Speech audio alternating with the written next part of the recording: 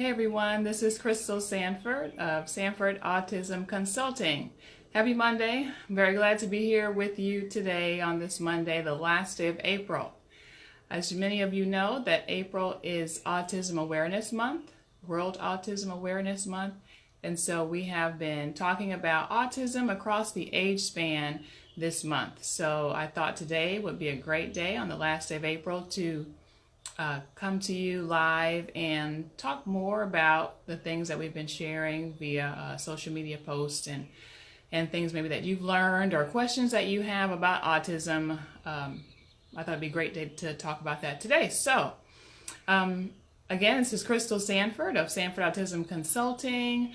As many of you know, I'm located here in San Diego, California.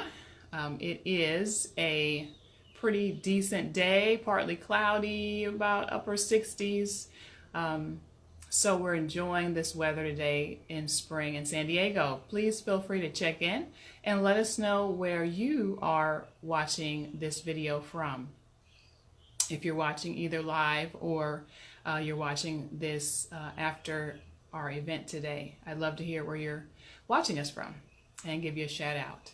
Also, if you're watching this after the event, please feel free to add any questions or comments, and I will definitely respond to that. I always monitor and I want to make sure that you have the same experience that others had as watching the video live. So again, thank you so much for being here today with me.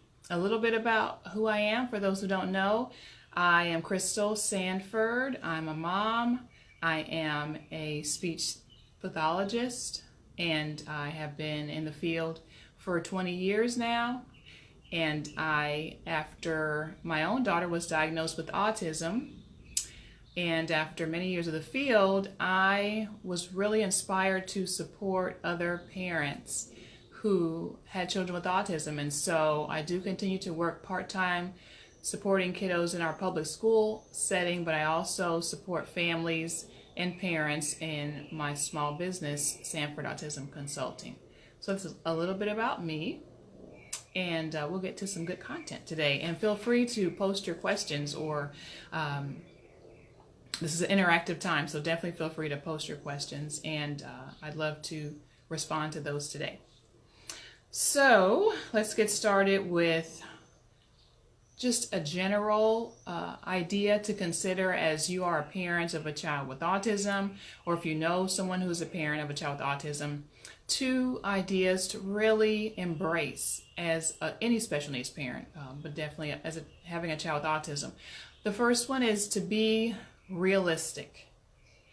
The 2 ideas are being realistic and optimistic. So to be realistic, if you're a parent of a child on the spectrum, I would guess that your child may not be the child that you anticipated having before you had your child.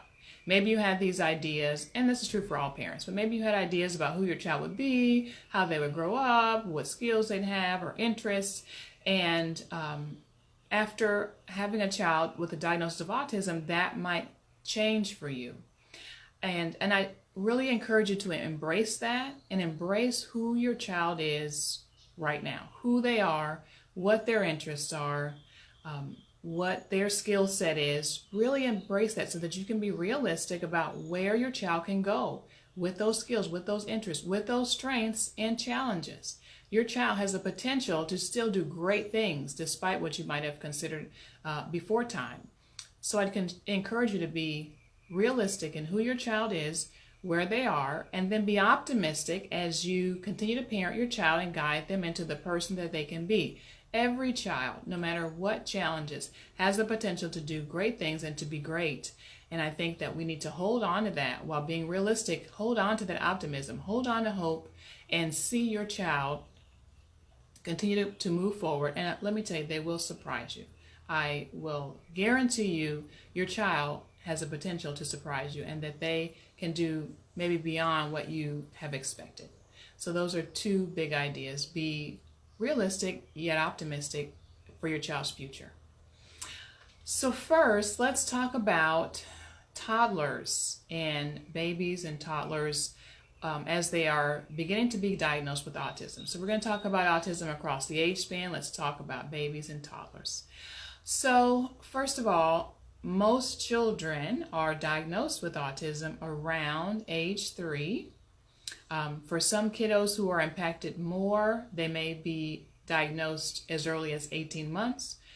For those children who are more higher functioning, and if you look at the diagnosis criterion, children are diagnosed at either level 1, 2, or 3. So let's say if your child, hey Katie, good to see you. Let's say if your child is diagnosed at level 1 high functioning, they may not actually be diagnosed until later on. They could be age 5, 6, 7. I've worked, like I said, for 20 years as a speech therapist. I've seen kids diagnosed as late as teenagers.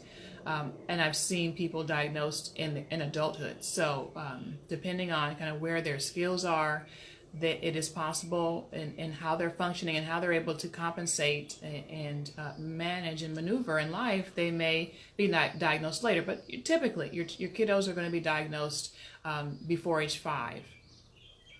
And so what will happen is you'll see different signs or symptoms that might lead to this diagnosis. It could be difficulty with attention. Definitely, Katie says that her kiddo level 2 was diagnosed at 2.5, so that's pretty typical. Kind of right in the middle so far as level 1, 2, or 3 with skill sets and behaviors that are impacting, and diagnosed around age 2.5. Definitely by age 5, you'd anticipate that a child might be diagnosed if they're at level 2. So symptoms that you might see for parents who are just kind of new to the diagnosis or even conscious and you're considering, could my child have autism? It could be that your child will have difficulty in behavior challenges, social challenges, and then language. And those are some of the key symptoms that you might see. Possibly tantruming. Tantruming could be any kid who's neurotypical as well, but more so meltdowns or really having difficulty when things change, or when told no, when there's a shift in the routine, that could definitely cause meltdowns, and that's pretty typical for our kiddos with autism. Some really specific interests, limited interests, repetitive behaviors, maybe playing the same games over and again, watching the same movies multiple times, saying the same words or phrases over again. That could also be some of the symptomology of autism. Repetitive behaviors, challenges with behavior in general. Social challenges, prefers playing alone, is the kiddo who is, hey Cynthia, good to see you here today. They're the kid who doesn't engage with the other kiddos on the playground, or they kind of retreat.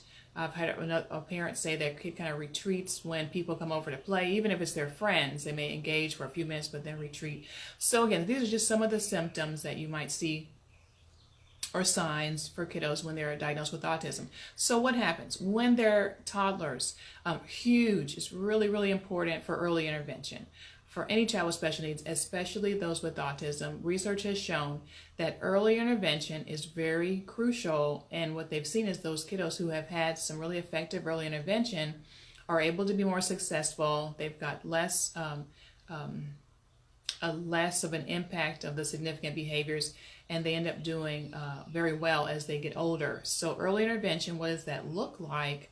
Typically, it's going to be your ABA services, applied behavioral analysis services, where they're really working on the behavior challenges and what might be coming up for your kiddo and for you, because it should also be a component of where the parent is involved and some parent supports. So along with your ABA, there should be speech therapy, occupational therapy, and then also a couple of really effective programs out there that are best when they're coupled with ABA between 0 to 5 years old would be RDI, Relationship Development Intervention, and that's more of coaching and supporting parents on how to interact with the child and create the environment where they can see the most success for their child. So Relationship Development Intervention, RDI. So when ABA is paired with that, or it could be The Hannon Group is a wonderful group out of Canada. They've developed one program, More Than Words. It's been phenomenal in seeing kids in their communication skills really be broadened and enhanced. So ABA, along with that program, could work really well in seeing the most change and effective change for our kiddos at an early age of 0 to 5 years old. So we will move on to our school age kids. So kiddos who have autism, who are either in, let's say 5 and then on between 5 and 12 school age, there will be continued services. This might be the time where you're just having your either first or second assessment in the school setting. Typically, maybe you're coming up to your first triennial or 3-year assessment. And so our kids are now in the environment where they're in school all day, and it's tough because they have to be social. I mean, the nature of school is that there's social requirements all day long. If it's recess, lunchtime, I don't know about your kids. If you have school age kids, how does lunchtime work for them and recess? A lot of our kiddos would rather be in the classroom because that's a little bit less of a social demand, a social requirement, but that playground time can be tough. My own daughter, she's 7 now, and she's just kind of beginning to be more consistent in her engagement with her peers during this time. We've got some great aides and assistants, special ed assistants, who kind of support her and monitor that during lunch. But she's just kind of getting to that point at 7.5 where she's engaging a little bit more with her peers. But her ideal thing would be to swing all day during recess or lunch, or kind of go to her preferred little places on the playground and just play without engaging with her peers. And so for some kiddos, especially high functioning, this might be the time when they are actually just first being diagnosed because they have the academic skill, but maybe they are it's just being seen that they're having so much more challenge in the social arena that is what is the red flag for them, and they may be diagnosed with autism. So what works for our kiddos who have autism in the school age? And if you look at some of my previous posts, you'll see some of the things that I posted this month for this age group. But one thing I wanted to mention was social groups are going to be huge for school age kids with autism. Hopefully they'll be able to engage in a social group through their speech therapy at school.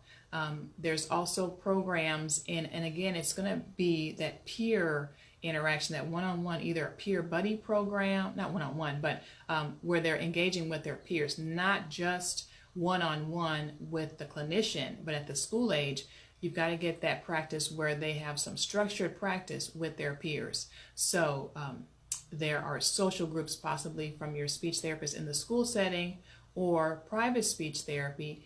There's also social programs that could be a school-wide effort, such as peer buddies, peer mentoring. There's a phenomenal program out there that's called Circle of Friends. It's a program that can be implemented on any school site. I was a advisor for that for many years at the high school level. It could be implemented at the high school, middle school, elementary level, as well at the college level. So if you Google or look up circleofriends.org, you'll see more of an explanation of that program.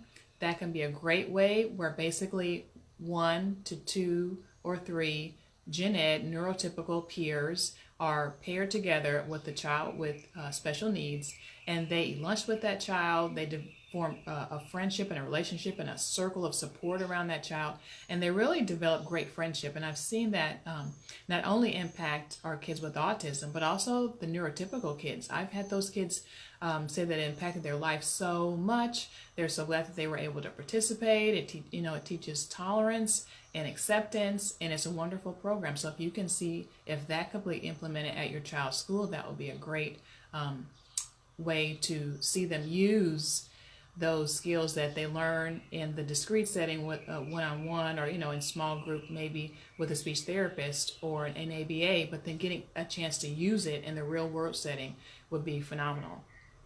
So that's just one tip in trying to help engage our kiddos who have autism in the social arena. Also, for our kids who are more impacted with autism, maybe they are minimally verbal. In the school age, during these years, maybe they're experimenting. You have an assistive technology person who's experimenting with communication devices. Really important. And I don't care if the kid is minimally verbal, meaning they don't have any words or very minimal words, or maybe they have single words or short phrases. Assistive technology for our kids who are more impacted at level 3, it is the way to go. So if your school district has not brought that up, or if you're not aware of that, definitely talk to the people at your school about how your kid could at least be assessed for assistive technology. The device of choice these days is the iPad or the iPad mini, because a lot of our kids are familiar with that, and you can upload so many apps that they can use to help them to communicate. So Touch Chat is an app that can be uploaded and added to an iPad, and in that app our kiddos are able to communicate either by just touching, and it's the visual with the words if necessary, for kids can identify that, but they're touching just pictures that then the device will speak for them through that app, and it gives them a voice. It gives them a voice, and that's so important. You're going to see improved behavior, maybe less meltdowns when our kids who are minimally verbal are given a voice. So definitely look into assistive technology. If you haven't, if your team is push back again and say this is important, at least for it to be investigated as a tool that could be used effectively for your child at the school age. So, and if you guys have questions, definitely list them there. I'd love to be able to respond back. And again, if you're watching this video after and you're just watching it after the event, feel free to add your questions and comments, and I will definitely respond. So, what do you think about teenagers with autism? Maybe you're parenting a teen at this point with autism. Kudos to you if you are. I'll be there myself, but I'll be there myself soon enough. But if you're parenting a teen with autism, how does that look different? I'd love to hear your comments about that if you're parenting a teen or a young adult with autism.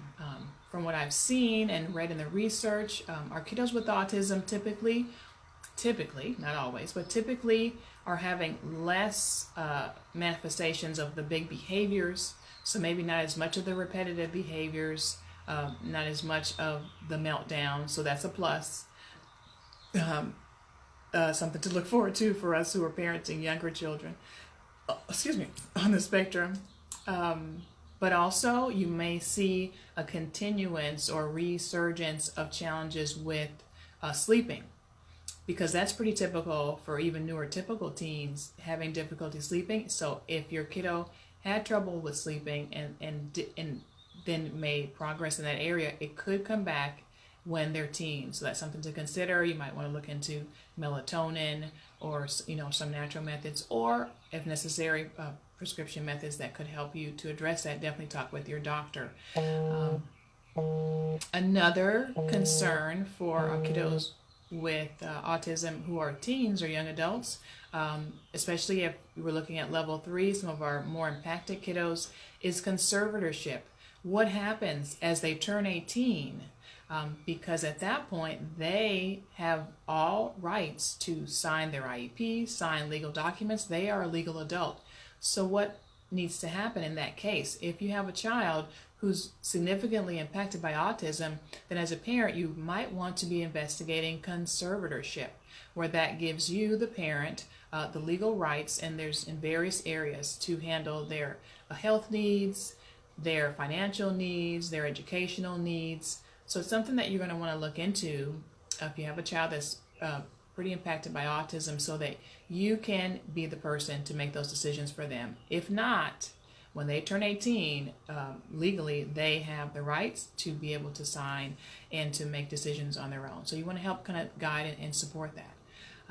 If you have a teen with autism, something else you might be considering is employment for kiddos who are maybe, and any kiddo with autism can be employed. There are skills that they have that they could totally use, and there's various careers and jobs that they could be using and being successful in. For example, if you are in the regional center, that is an organization that will be able to assist your child in developing some of those skills and supports in adulthood, after 18. So if they're a teen now, before 18, you definitely want to make sure that you become a client so that it's an easier transition. Also, the Department of Rehabilitation in your state is a great place to look for support, especially if your child is maybe level 1, a little bit a higher functioning, and even level 2 for some supports around work and career and transition. There are also colleges that help to support our children with autism. I thought that was so wonderful as I was doing my research. The University of Alabama, and there are several colleges out here who have specific supports, either mentoring, or they have live-in the dorm supports, as well as academic supports for our kids with autism, so that they too can access the college environment and be successful. So that is something to look into. Careers for our young adults and teens and young adults with autism. I know a lot of our kids are interested in technology, right? Maybe they want to be a gamer or a game designer. That's just a very impacted field right now. So I'd encourage you to encourage your child. There are many other areas that might work for their unique skill set. Our kids with autism, as adults and young adults, are going to need to be and most successful in a career, in a job, where they're able to use their long-term memory skills. So many of our kids are phenomenal at remembering things long-term, things that have happened for many, many years ago. However, their short-term memory skills are often impacted. So not a place where they have to be using their skills very fast-paced, but maybe a place that is tied to their unique interests, and a place where they can use their long-term memory skills would be great. Maybe consider the library field, being a librarian or someone who works in a library.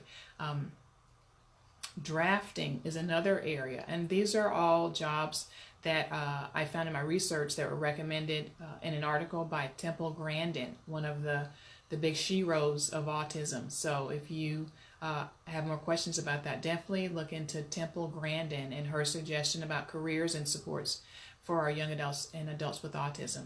But drafting, photography, working maybe in the lawn and garden, horticultural area, anywhere where they can use their specific interests and their long-term memory skills are going to be great careers in areas where our kids can thrive as adults and young adults.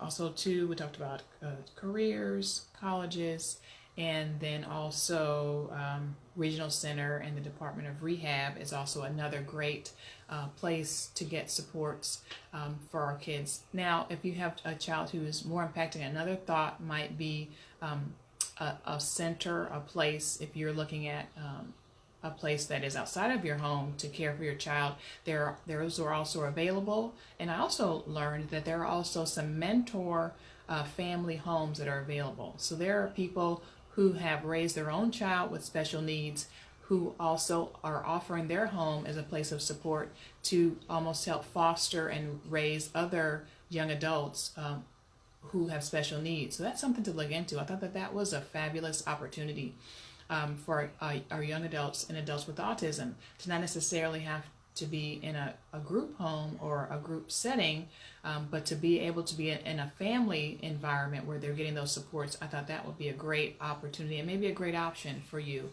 if you're parenting a young adult with autism. So let's recap. I think there's been a ton of information, and maybe if you're just getting this information halfway through, I'll let you know what we talked about. We talked about As you're parenting a child with autism, two things to remember is to be realistic and also to be optimistic. Know who your child is, know their strengths and their challenges. Honor that, honor who they are, not who maybe we want them to be, but who they are, and embrace that. But then also be optimistic as you're helping them plan for the future and as you're helping guide them into their most successful life. Be optimistic while you're being realistic. We talked about for our little ones with autism, as they're toddlers, 0 to 5, early intervention is so important. Tying that ABA, applied behavioral analysis, with some other really important foundational supports like your speech therapy, OT. We talked about the Hannon program, which offers more than words. Also RDI, relationship development intervention. Also trainings for parents so that you can help create that great environment in the home. Those have been shown to provide a lot of great success and momentum for children with autism so that they can be more successful in their future. Then we talked about school-age children on the spectrum. Sometimes if the children are higher functioning, they may just be becoming diagnosed at this time. What supports work? You're going to look into peer mentoring and peer support so that in addition to maybe that one-on-one or small group support setting with speech therapists or specialized clinicians, they have an opportunity to use those skills outside of that setting, possibly looking at peer mentoring, peer buddy programs at schools or private social groups as well. You might want to also consider the Circle of Friends program, and that's another program that can be implemented at your school site, so you can look into that. Then we talked about teens and young adults on the spectrum. They may be experiencing less of the bigger behaviors, bigger meltdowns. Those things should be increasing at that time. Typically, you might see an increase of challenge with sleeping challenges, so you might want to address that with your doctors, as well as conservatorship for kiddos who are more impacted, so that parents, you can help guide the decisions that they're making, and financial and educational and health. Also, colleges that are great. The University of Alabama is one for our kiddos who will be continuing on into further education that way. That's a great program at the University of Alabama, one of the top ones that well supports our children with autism well. So I hope all this was helpful for you. If you've got comments or questions, feel free to leave them here and I will respond to them right away. Again, I'm Crystal Sanford here in San Diego, California from Sanford Autism Consulting. I just want to give you a heads up that next month is the month of May, and it is Better Speech and Hearing Month. So as a speech therapist, next month I'll be talking a lot about communication and how to build good communication skills, how to build great language skills, how to support our kids with autism well in that area. I'm also offering communication screenings. So maybe you're a parent and you're watching this and you're just considering maybe could your child have autism. I'm offering some very short and reasonably priced screenings because I want to well support our kiddos and get early intervention services started as soon as possible. So if you're in the San Diego area and you'd like to have your child screened for communication skills, feel free to give me a contact and we can set up an appointment for the month of May. We're also continuing to offer in-person groups here. I offer parent support groups next month. I believe it's May 22nd. We'll have an ADHD parent support group. Many of our kiddos with autism also have a diagnosis of ADHD. So if you're in the San Diego area, contact me and you can sign up for that ADHD support group. We're going to talk about how to keep your child engaged in the summer. And how to keep those skills that they've been working on going throughout our summertime. So that is definitely a group that you might want to be a part of if you are here in San Diego area. I just want to say thank you to all the parents and those who are supporters, friends, followers of Sanford Autism Consulting. And I want you to have a wonderful week. Be good to yourself and be good to others. Thank you guys so much. Bye-bye.